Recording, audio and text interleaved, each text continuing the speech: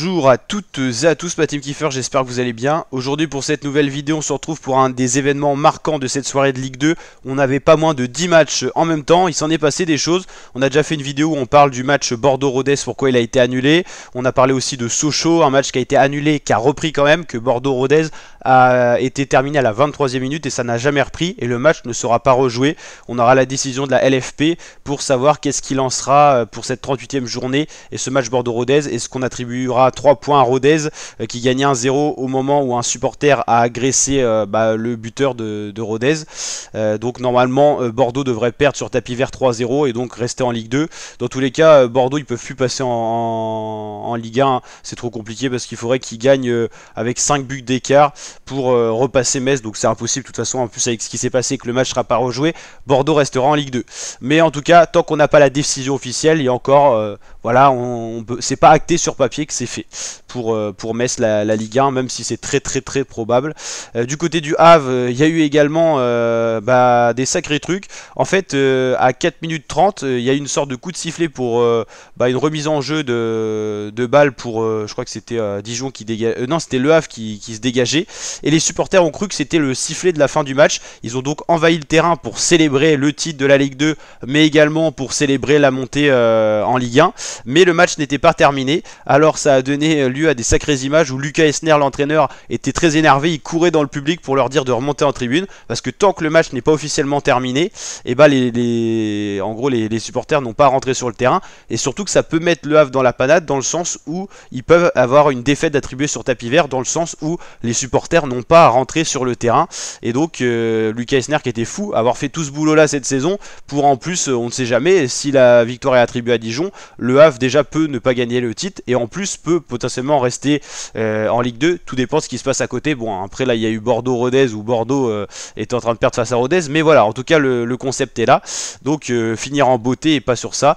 Et au final, donc après les supporters qui ont envahi le stade, ils ont été un petit peu remis sur le côté. Ils ont bien compris, ils ont été très on va dire matures. Ils sont remis sur le côté pour que le match puisse reprendre. Ils sont un peu remontés en tribune parce qu'il faut pas non plus que les joueurs soient sur le côté du terrain pour des raisons arbitrales et même de sécurité pour les joueurs ou pour le corps arbitral. Donc voilà, le match a finalement repris, donc tout s'est bien passé pour Le Havre qui remporte donc cette saison de Ligue 2 avec 75 points et une dernière victoire pour ce match face à Dijon. Dijon, eux, c'est le drame parce qu'ils descendent en national et ça va faire mal pour l'équipe.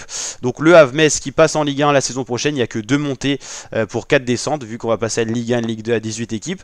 Donc Le Havre-Metz, on l'a dit, en Ligue 1, Le Havre remporte le titre, ça fait 13 ans qu'ils n'étaient pas allés en Ligue 1 et Metz remonte en Ligue 1 après seulement une année en Ligue 2, donc c'est vraiment une très bonne mission de la part de Scoboloni, l'entraîneur roumain de cette équipe de Metz. Bordeaux restera donc normalement en Ligue 2, tant qu'on n'a pas la décision officielle et qu'on est à 37 matchs, il reste une rencontre avec Rodez, on sait jamais, ça se trouve à tout moment le match va être rejoué et Bordeaux peut gagner 5-0, enfin je sais pas, voilà.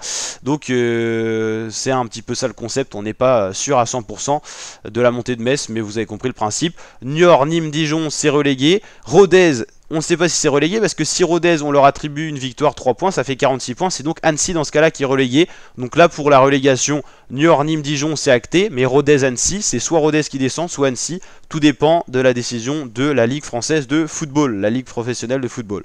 Donc voilà pour une sacrée soirée football, en tout cas en Ligue 2, où même le match du côté de Sochaux a été annulé quelques minutes, il y a eu des problèmes et tout ça.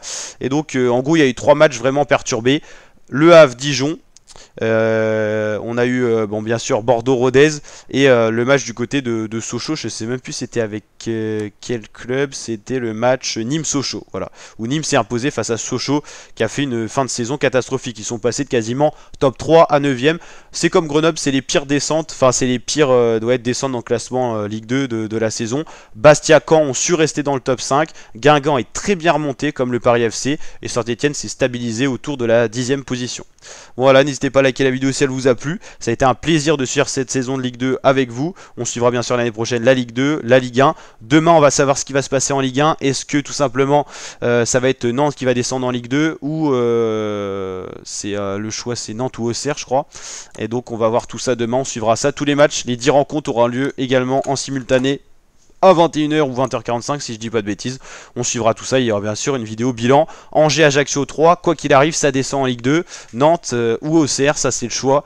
Donc il faudra gagner pour les Nantais et espérer une défaite d'Auxerre pour rester en Ligue 1. Strasbourg a assuré son maintien et puis après le top 3 ne devrait plus bouger, il y a trop d'écart. Par contre Lille ou Rennes ça peut bouger, Monaco peut encore aller chercher l'Europe, Lyon potentiellement peut aller encore chercher l'Europe. Donc voilà, il y a encore des trucs à jouer et le classement final se dessinera donc demain.